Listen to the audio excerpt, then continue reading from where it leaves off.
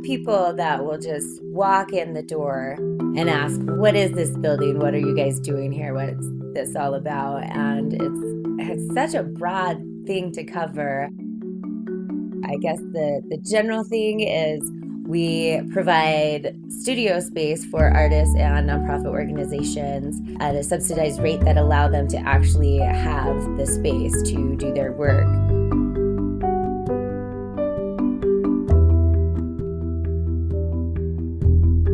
The SLC Arts Hub is this unique, wonderful, magical place. It's essentially a community art center.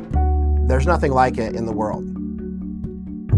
The Utah Arts Alliance is 15 years old this year. It was founded by me and a group of artists that basically found that there was not space for us to do what it was that we needed to do. Utah Arts Alliance was born of a need for more spaces, more programs, and opportunities for the artists to grow and sort of incubate. My name is Jordan Hess. I'm a 22-year-old violin maker. It took me about 6 months to find a studio space. I called all the kind of arts buildings and office buildings around, and either no one had any room or no one wanted a violin maker.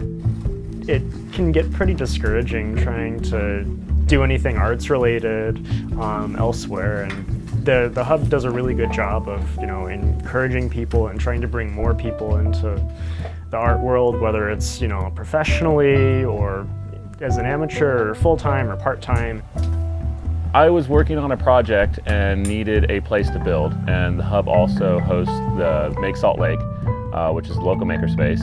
And I came here to build that project at Make Salt Lake, and they never let me leave. So we're still here. There's a makerspace, which is really great because now we have access to a lot of obscure tools and things that we otherwise wouldn't, so it's a little bit more communal in an art making space. I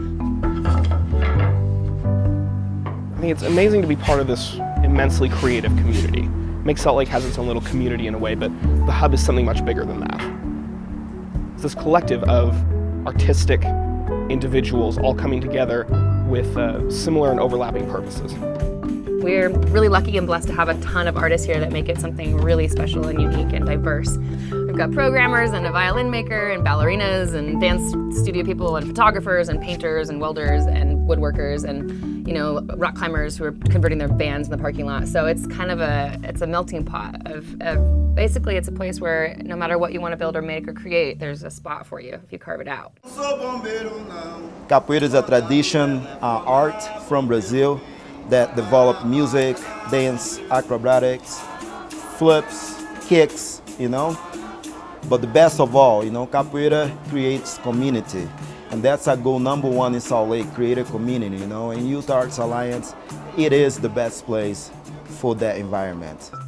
My name is Melly, and what I do here is I help do a weekly all-ages, LGBT-focused show. Oftentimes it's a kind of variety show or like a weird drag show.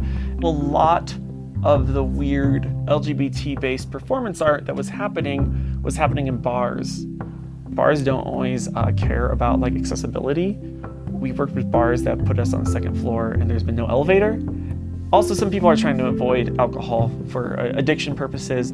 It's cool that we actually have enough control over our space to feel very safe and to try to keep the space safe for other people. It's a symbiotic relationship. Artists need the community, we need an audience, and the community needs art. Samba Fogo, one of our resident groups, has been with us for about a decade, and they're able to incubate and grow as a company because of providing them a stable, secure, ongoing space where they can just focus on their work and not stress out about are they going to have a space next year? Are they going to be able to afford the space? So we try to provide that space for them. From Samba Fogo to Capoeira to people downstairs making violins to the makers over here creating all sorts of stuff.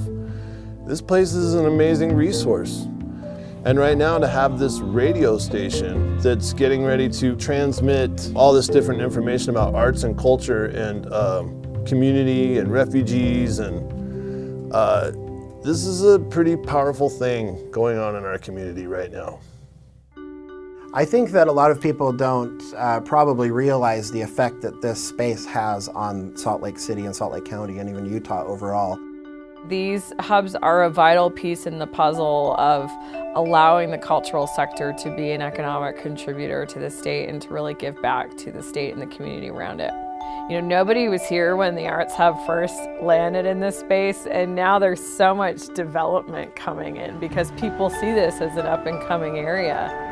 It has encouraged development in the area. I mean, we see it coming our way, and I think we've played a big role in changing this neighborhood because of that. I mean, obviously development's coming this way. We're going to see more condos and things coming over, and maybe this is a naive vision of the future, but I see condos that look down on green space and art and community engagement that provide you this buffer from the railroad tracks and the industry.